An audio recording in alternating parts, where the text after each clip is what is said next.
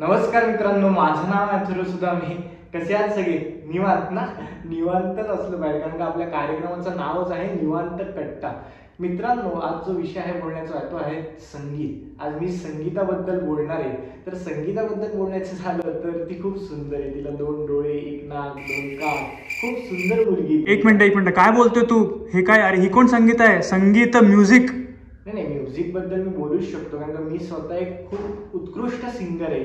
मी फार छान गातो, मी आरामात बोलू शकतो. पण आता कसं आहे, हॅलो, तू गातोस का? गातो ना. अरे वा, गमनाच मी मी बाथरूम सिंगर. थोडस काम आहे, मी करून घेऊ का?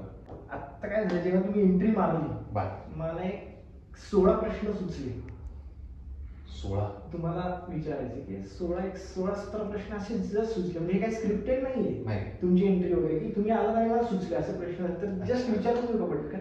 चालेल. हो. एक कॅमेरा लागले. खूप धन्यवाद की तुम्ही म्हणजे इथे आलात, म्हणून तर धन्यवादच. पण तुम्ही वसंतराव सारखा पिक्चर आम्हाला दिला, तर ह्या बायोपिक मागचा थॉट कसा होता आणि कसं आहे, प्रोसेस कशी होती? खरी उत्तर द्यायचे हो, कॉमेडी करायची.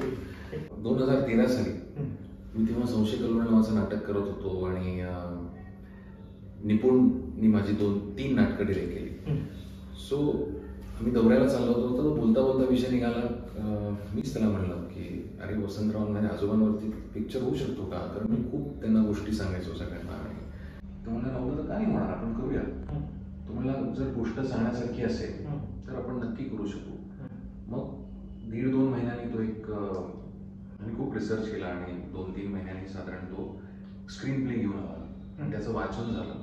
ते इतकं सगळ्यांना आवडलं की तेव्हा ठरलं की हो, आपण ह्याच्यावरती फिल्म करायची. आणि मग ती प्रोसेस 2013 नंतर 2022ला. म्हणजे प्रोसेस अशी असते ना की सगळ्यात महत्वाचं काय असतं, तो प्रोड्युसर. तर तो मिळायलाच आम्हाला 3-3.5-4 वर्ष लागली. बरं. आणि तो मिळाल्यानंतर मग 2 वर्षांनी फ्लोअरवरती गेली. सो तुम्हाला जेव्हा त्यांनी विचारलं की ऍक्टिंग करायची तुम्हाला, ते पण आजोबांची, मग तुम्हाला असं काही प्रेशर वगैरे वाटलं का? नाही, मी निपुणलाच म्हणलं की प्रेशर तुला यायला पाहिजे. पण तो म्हणला नाही, मला असं वाटतं राहुल तू करू शकशील. So as a sincere student मला वाटतं की त्यांनी जसं सांगितलं तसं मी उभा राहिलो. बाकी काही नाही. सर, उद्या समजा तुमच्यावर बायोपिक निघाला तर तुम्हाला काय तो कोण करू शकते? आम्ही करू शकतो. आम्ही सर, आत्ताचं जे म्युझिक तुम्ही बघता, तर आम्ही तुम्हाला ऐकतो, पण तुम्ही बाकीचे पण म्युझिक ऐकत असाल सर, जे काय आत्ता चालू आहे ते, तर त्याच्याबद्दल तुमचा काय थॉट आहे? मला खूप आवडतं. मला प्रीतम त्यांचं आवडतं. त्याच्यानंतर ऑफकोर्स A.R. रहमान तर आहेतच. अमित त्रिवेदी. म्हणजे हे युट्यूब हिट्स वगैरे आता हा वेगळा प्रकार आहे की युट्यूबवर आहे, त्याच्याबद्दल तुम्हाला काय वाटतं? युट्यूब हिट्स मला असं वाटतं की ना, एक खूप चांगली गोष्ट झाली आहे युट्यूबच्या माध्यमातून, की आता तुम्हाला कोणची म्युझिक कंपनी लागत नाही. एकतर म्युझिक कंपनी काय करते की सगळं तुमचं घेते आणि स्वतः करते सगळं. आणि जो कोण बिचारा सिंगर असतो किंवा म्युझिक डिरेक्टर, त्याला फारसं काही मिळत नाही. त्यामुळे हे सिंगलचं जे काही आता नवीन ट्रेंड चालू झालाय ना, खूप चांगला आहे. कारण खूप चांगले कंपोजर्स आणि चांगले सिंगर्स त्या निमित्ताने लोकांचं. आता सर, आम्हाला काहीतरी चांगलं ऐकायचं झालं की आम्ही तुम्हाला ऐकतो. तुम्हाला काही चांगलं ऐकावं असं वाटलं की तुम्ही कोणाला ऐकता? मी थोडासा ओल्ड स्कूल आहे. मी जुन्या लोकांना ऐकतो. लताबाई किंवा आशाताई, मेहदी साहब, गुलाम अली, माझे आजोबा, कुमारजी, असं सगळं ऐकतो मी. सर, तुम्ही आता बरेच युट्यूबवर किशोर कुमारची म्हणून गाणी टाकतात, तर एखाद्या किशोर कुमारचं एखादी ओळ ऐकायला मिळेल का? मुसाफिर हूँ यारो, न घर है ना ठिकाना, मुझे चलते जाना है, बस चलते जाना. खूपच चलते जाना असं वाटते की तुम्ही चालू ठेवा. पण सर, तुम्ही आता सोशल मीडिया, युट्यूबचा विषय निघाला, तर सोशल मीडिया तुम्हाला वापरावं किंवा ह्याच्यावर आपण ऍक्टिव्ह राहावं असं कधी वाटलं का? ते बाय फ्लूक झालं. कारण जेव्हा लॉकडाऊन झाला तेव्हा कार्यक्रम संपले, काहीच नाही, काहीच करता येत नव्हतं. आणि मला एक माझा मित्र आहे, त्याने मला सांगितलं, राहुल दादा तुझं युट्यूब चॅनल नाही आहे, तू का नाही काढत? मी म्हटलं म्हणजे काय असते, इथपासून माझी सुरुवात झाली. सो मग ते बघितलं मी आणि मग तो चॅनल काढला आणि मी खूप लोकांना विचारलं की माझे जिथे जिथे मी गायलो होतो बेसिकली, पण मला विशेष काही रेकॉर्डिंग मिळाली नाही माझी. मग ती रेकॉर्डिंग टाकल्यानंतर म्हटलं आता काय करायचं. सो म्हणून मी काही कीबोर्ड वगैरे मला येत नाही, काही वाजवता येत नाही, पण कीबोर्ड आहे माझ्याकडे आणि मी असं जेवढं काही मला येतं तर मी गाणं गायलो लज्जा गले तेव्हा. मला वाटतं ते पहिलं गाणं होतं आणि मी ते गायलो आणि ते टाकून दिलं चॅनलवरती आणि ते इतकं लोकांनी ऐकलं आणि मला इतके फीडबॅक आले. म्हणलं मला नवीन आहे. तर मग त्या फीडबॅक्स मधनं मला असं वाटतं की मी परत म्हणलं अजून एक करूया. असं करत करत पण ते ग्रो झालं आणि गाणं गायल्यानंतर मी थोडंसं बोलायला लागलो. ते पण खूप ऑर्गॅनिकली झालं, मला माहिती नव्हतं. मला जे डोक्यात येईल ते मी बोलतो आणि खूप वेळा चुका करतो, त्या पण मी तशाच ठेवतो, कारण मला कंटाळा येतो सगळं एडिट करायचं. त्यामुळे मी ते तसंच ठेवलं सगळं आणि तेच जास्ती लोकांना आवडलं. चुका कशा करतो हेच लोकांना जास्ती आवडलं. सर तुम्ही एकदा किस्सा सांगितलेला की पुलं तुम्हाला म्हणले की सीए तू गाणं कर पण सीए नको आता करू असं तुम्हाला म्हणले. तर त्यांच्या अजून आणखीन काय आठवणी किंवा जेव्हा तुम्हाला हे ते म्हणले ते तुम्हाला कसं वाटलं? मला ऐकायचं होतं ते कुणाकडनं तरी असं मला वाटतं, कारण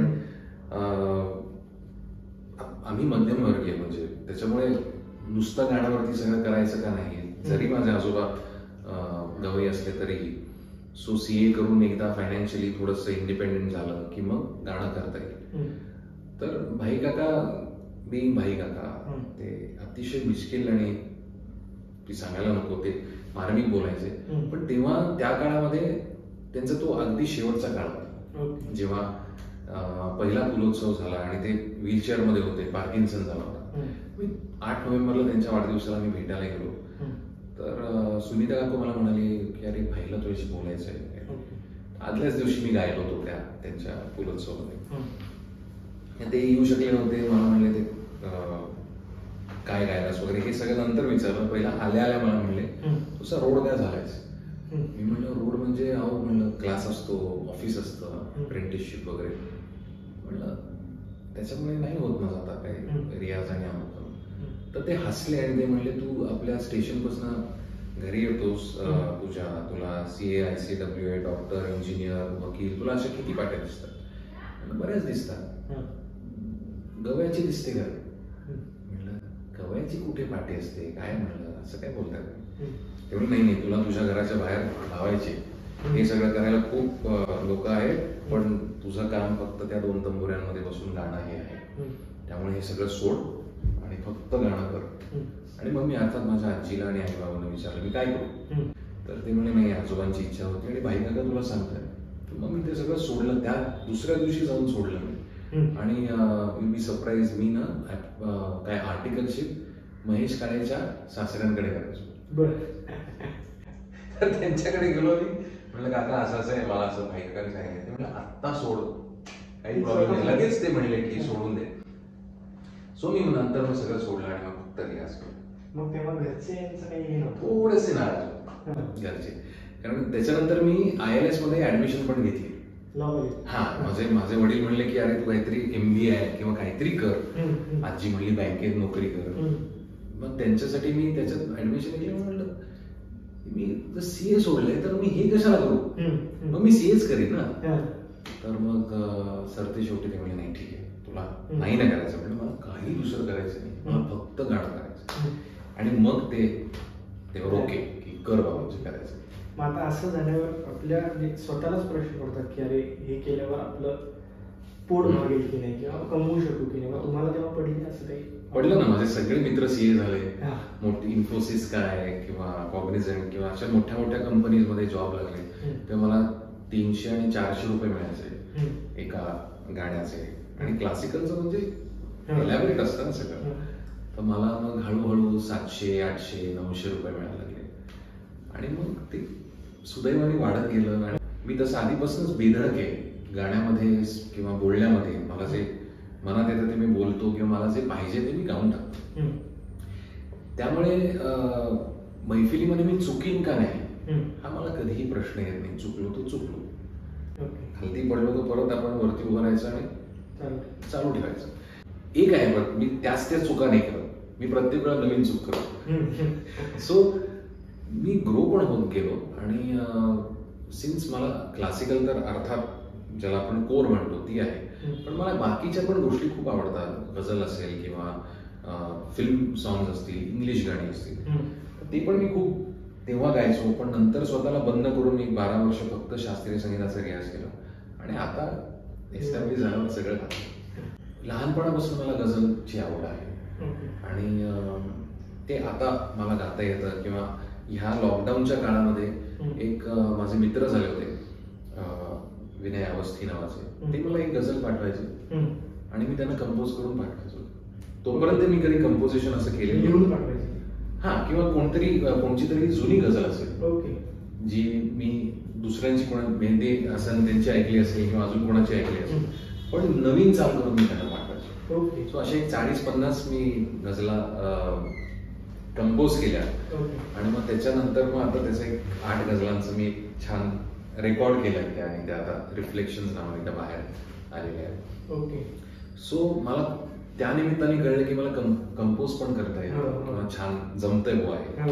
सो असं आहे, मला आवडतं. गझलमध्ये तुम्ही सगळ्यात जास्त कोणाला ऐकायला मला मेहंदी साहेब, मेहंदी हसन जे आहे त्यांना मला ऐकायला आवडतं. अर्थात लताबाईंच्या पण असंख्य गझला आहेत किंवा गुलाम अली, जगजीत सिंग. मला असं वाटतं की कधीतरी ज्याला आपण म्हणतो ना सगळेच तुम्हाला हे गायक आवडतात, एक असा काळ असतो की तुम्ही फक्त एकच गायक ऐकता, तसं होतं. आणि एखादी गझल ऐकायला कुठली गझल? पत्ता पत्ता बूटा बूटा हाल हमारा जाने है, हाल हमारा जाने है, बूटा बूटा जाने है, पत्ता पत्ता बूटा बूटा हाल हमारा जाने है. सॅड झाली काही जरा? नाही, एखादी जगजीत सिंग मी खूप जगजीत सिंग. सरकती जाए रुख से नकाब, आहिस्ता आहिस्ता निकलता रहा है आफताब, आहिस्ता आहिस्ता सरकती जाए रुख से नकाब, आहिस्ता आहिस्ता. खूपच छान. आमचं नशीब आहे की आम्हाला हे एवढ्या जवळून ऐकायला मिळते सर. सर आता आमच्या वयाची जी लोक काही आर्टमध्ये करत असतील, म्युझिकमध्ये, ऍक्टिंगमध्ये काही असेल तर लोक म्हणतात की चल हे तर करतोय पण पैसे मिळायचं काय, पोटाचं काय, त्यांना तुम्ही काय सांगताल? किंवा अशी जी लोक करतात आमच्यासाठी त्यांना तुम्ही काय सांगताल जे उभरते आहेत त्यांना? मला खरं असं वाटतं ना मनापासून की बेसिक जे आपलं एज्युकेशन आहे ते परस्यू करावं आणि बरोबरीने हे करावं. नंतर जर तुम्हाला खरंच असं वाटलं की नाही मला हेच करायचंय तर स्वतःला एक मला असं वाटतं 2 वर्षाचा वेळ द्या की बाकी सोडून मी हेच करणार आहे. आणि जर ते छान तुम्हाला क्लिक होत असेल तर मग बाकी करायची गरज नाही. पण मला असं वाटतं मराठी सगळे जे आपले एक हाऊसहोल्ड असतात किंवा आपली कुटुंब असतात त्याच्यामध्ये ते जर नाही चाललं तर काय, हा एक मोठा प्रश्न असतो. सो मला असं वाटतं 2 वर्ष आपण बाजूला काढू शकतो आपल्या आयुष्यात की मी हे करून बघणार आहे, मला जमते का नाही. खरंच नाही केलं की मला पैसे मिळतील का, किंवा मला असं वाटतं की तेव्हा जे वेळ असतं ना तुम्हाला त्या म्हणजे कोणची आर्ट तुम्हाला करायचं असेल ना तर वेळ लागतं. म्हणजे झोकून देणं असेल किंवा दुसरं काही विचार न करणं असेल. एकदा ती गोष्ट खूप आवडायला लागली आपल्याला ना की आपण आपसूक ते करायला लागतो आणि मग तो मॅडनेस आपण म्हणतो ना की तो कोणत्याही कलाकाराला हा लागतोच. त्याच्याशिवाय तो ते सातत्याने दुसरा काहीही न विचार करता ते करू शकणार नाही. जर मला ही विवंचन असेल किंवा मला हे जमेल का नाही तर 99.9% ते जमणार नाही. काय होईल केल्यावर बघ तुम्हाला मी हे करायचं तर मी करूनच दाखवतो. हे जेव्हा आपण स्वतःला सांगतो, मी तुला सांगतो की सुरुवातीला मला इतका कंटाळा यायचा रियाज करायचा, कंटाळा प्रचंड. की अरे ते आता 8 तास कसं बसायचं. तर मग मी स्वतःलाच एक सांगायला लागलो की मी इतका वेळ रियाज नाही केला तर मी जेवणार. जेवायचं तर बेसिक असतं आणि मग ते आतनं खायला लागतं की अरे जसं आपल्याला शाळेत कळतं अरे आपण अभ्यास केलेला नाही पण ते चालून जातं, तसं आतमध्ये जेव्हा आपल्याला एक आवाज यायला लागतो ना की राहुल अरे तू आज रियाज नाही केलेला, तू आज अभ्यास नाही केलेला, कर कर उठ, मग ते तुम्हाला खायला लागते, जाऊ दे मी करतो.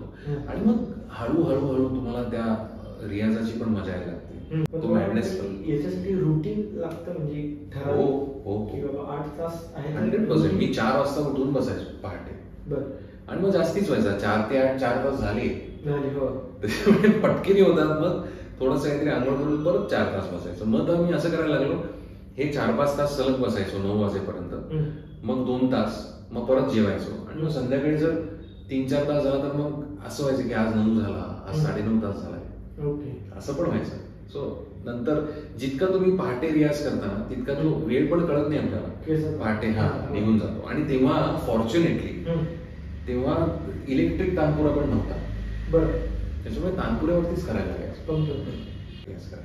हे पालक असतात म्हणजे बऱ्याचशा मुलांचं त्यांच्या पालकांवरच अवलंबून की ते काय म्हटलं इंजिनिअरिंग कर की करावं लागतं. म्हणजे बरेच जणांना आपल्या मराठी घरामध्ये तर असंच आहे. तर त्या पालकांना तुम्ही काय सांगता? सल्ला नाही पण एक रिक्वेस्ट अशी आहे की जास्ती मागे लागू नका, कारण सरते शेवटी त्या मुलाला किंवा मुलीला जर आत्म इच्छा असेल तरच ती गोष्ट तू करणार आहे. पण जर त्याला खरंच गायचं असेल किंवा काही ऍक्टिंग करायचं असेल व्हॉट एव्हर, त्याला जितकं तुम्ही स्वतःचं स्वतः सोडून द्याल, जितकी स्पेस द्याल तितका तो स्वतः एक्सप्लोर करेल. नाहीतर मी खूप वेळा पाहिलंय स्पेशली या रियालिटी शोज मध्ये मी जज पण होतो की पालकच सगळे ड्रायव्हिंग सीट मध्ये असतात आणि त्या मुलांचं लहानपण निघून जातं, सगळं ते एकदम असे पॉलिश्ड बोलायला लागतं. म्हणजे असं वाटतं की अरे तू लहान आहेस, लहान मुलासारखा मुलीसारखा बोल. पण त्या बाबतीत मला एस्पेशली रियालिटी शोजच्या बाबतीत मला असं वाटतं की पालकांना हे कुठेतरी कुणीतरी सांगायला पाहिजे की शिक्षण फार महत्वाचं आहे. की आता तुम्ही पॉप्युलर, जसं रेणुका ती अपसूक आली आणि ती इतकी पॉप्युलर झाली की सगळ्यांना तिला विचारते तू गातेस का, मी सगळीकडे सांगतो ती गात नाही, ती काय करते, ती काही करत नाही. हे फार महत्वाचं, तिला जे काय करायचं ते करू दे. ती आज गाईल, उद्या काहीतरी दुसरंच काहीतरी करेल, मे बी ऍक्टिंग करेल, मे काहीच नाही करणार. सो लेट हर बी. मला असं वाटतं की खूप प्रेशर घालून नये, त्या मुलांना ते लहानपण छान एन्जॉय करून द्या. आणि ते वय मुळात की काही करण्यासारखं नाही, सगळं एक्सप्लोर करण्याचं वय असतं. तर मला हाच प्रश्न होता की तुम्ही रियालिटी शो पण जज केले आहे, तर ह्या मुलांना नंतर आपण परत फारसं दिसले नाही जात. ही मुलं अगदी दिसली जातात पण फार क्वचित. पण मी तेच म्हणतो ना की ओव्हर एक्सपेक्टेशन होतं. काय सिम्पल सांगतो की एखाद्या शो मध्ये तुम्ही आला की अचानक ओव्हरनाईट तुम्ही सेलिब्रिटी टीव्ही मध्ये, मग तुमची बरीच मुलं अशी कुठं तरी परभणी असेल किंवा अमरावती असेल, अकोला असेल, त्याच्याही पेक्षा परतवाडा वगैरे अशा छोट्या छोट्या गावात जर आली असतील तर त्यांच्या शाळेतली मुलं पण ते एक्सपेक्ट करतात त्यांच्याकडे, त्यांचे शिक्षक पण की ते अरे बापरे हा चांगला गातो, तुला हे करायला पाहिजे. आणि मग जर तो हारला किंवा व्हॉट एव्हर, तर मला आधी कळायचं नाही ऍज अ जज. मी प्युअरली त्या परफॉर्मन्स वरती जे मला वाटतं ते मी बोलायचो. पण मला एकदा शांतपणे ते एडिट व्हायचं अर्थात, कारण ते चालायचं नाही. चॅनलला ते पॉझिटिव्ह रिइन्फोर्समेंट आवडते, विच इज ट्रू. तर ती लहान मुलांना ज्या पद्धतीने कार्यक्रमांमध्ये वेगवेगळ्या तुम्ही मुद्दाम ते पालक गायला लावतात, नंतर असं होतं की 4 दिवसाची नवलाई असते ती, नंतर कंटेंट लागतं. शेवटी तुम्हाला ती आर्ट कितपत येते नाही येत, मग त्यांना डिप्रेशन येतं बऱ्याच मुलांना. असं होतं. आणि माझ्याकडे पण खूप येतात मुलं की मला शिकायचं आहे, त्याच्यातली काही खरंच शिकतात आणि काही विसरली जातात की ती तू म्हणलास तसं नंतर लक्षात पण राहत नाही. सो मला असं वाटतं की टेक इट इझी हा अप्रोच पाहिजे पालकांचा, कारण त्यांना असं वाटतं की आता हे समटाइम्स इट्स अ गोल्ड बाईन की अरे एकदम पॉप्युलर झालाय. तर पालकांच्या महत्वाकांक्षा जर अशा बाजूला ठेवून त्याच्या शिक्षणावरती जर भर दिला तर ते खरंच त्याच्यातनं काही चांगली पण काय म्हणतात टॅलेंट्स येतात. आता I have been a part of it, त्याच्यामुळे मी तुला मगाशी म्हणलं तसं मी खोटं नाही बोलू शकत. आता it's all about creating moments. Okay. अपने को मोमेंट चाहिए. ती मोमेंट क्रिएट झाली, मग त्याच्याकरता काहीतरी नौटंकी करायची, जजेसनी असेल, कंटेस्टंट्सनी असेल, त्यांच्या परिस्थितीवर काहीतरी. परिस्थितीमुळे तुम्ही आर्टिस्ट नाही असं म्हणजे प्रत्येकच वेळेला तुम्ही गरीबच असलं पाहिजे. गरज नाही. चांगल्या घरामधनं किंवा एखाद्या मध्यमवर्गीय घरामध्ये जिकडे आई वडील नोकरी करतायत आणि मी काय म्हणतात त्याला, मी गाणं करतो, अशी पण असतात ना. मग त्यांना ह्याच्याकरता मोमेंटच मिळत नाही, म्हणून काहीतरी स्टोरी क्रिएट करायची. मला असं वाटतं की हे थोडं कमी व्हायला पाहिजे. कारण सामान्य लोकांना पण काय झालं ना, ते त्याच्यातला फोलपणा कळायला लागलाय. कारण तीच मुलं वेगवेगळ्या कॉम्पिटिशन मध्ये वेगळ्या स्टोरीज घेऊन पुढे ते कळतं. Other than the moments. आणि मग ते जजेस पण ना खोटं खोटं करतात असं प्रत्येकाच्या. तू म्हणजे महागायक झालेला आहेस किंवा संगीत सरताज झालायस असं कसं. बरेच लोक आपण मोठे मोठे गायक पाय वगैरे करतात वगैरे.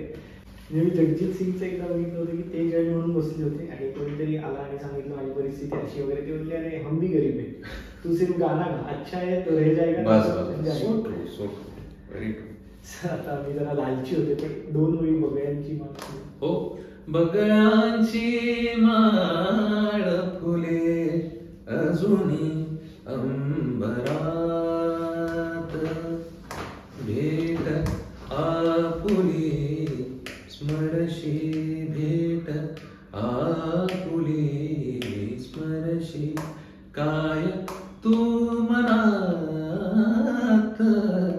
बगळ्यांची माळ फुले अजूनी अंबरात. थँक्यू. तर आता एक 4 रॅपिड फायर. हो. तर कट्या की वसंतराव? वसंतराव. पुणे की मुंबई? पुणे. लाईव्ह म्युझिक की रेकॉर्डिंग? Live music. आणि एक शेवटचा खूपच अवघड प्रश्न आहे की अथर्व सुदामे का बाकीचे जगातले युट्यूबर? अथर्व सुदामे. या नोटवर मला वाटतं आपण आता ते थांबवा वगैरे. तर मला माझी पावती मिळाली. So thank you so much. अरे थँक्यू फॉर हॅव्हिंग मी. खरंच thank you very much. Thank you. Thanks.